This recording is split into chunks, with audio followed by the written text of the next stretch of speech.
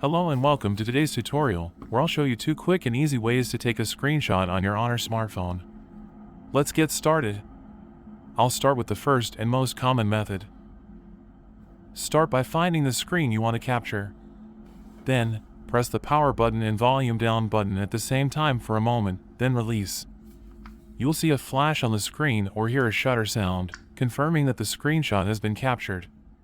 If the entire page doesn't fit in one screenshot, tap the scroll shot option that appears.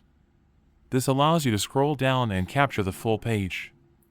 After that, you can edit the screenshot if needed. Once you're done, tap Save. Now, let's move on to the second method. First, find the screen you want to capture.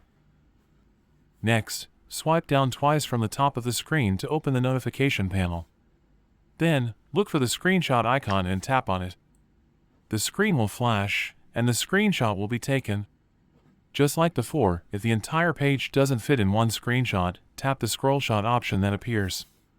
This allows you to scroll down and capture the full page. You can view all your saved screenshots in the Gallery app under the Screenshots folder. And that's it. Thanks for watching. Don't forget to like and subscribe for more quick tutorials.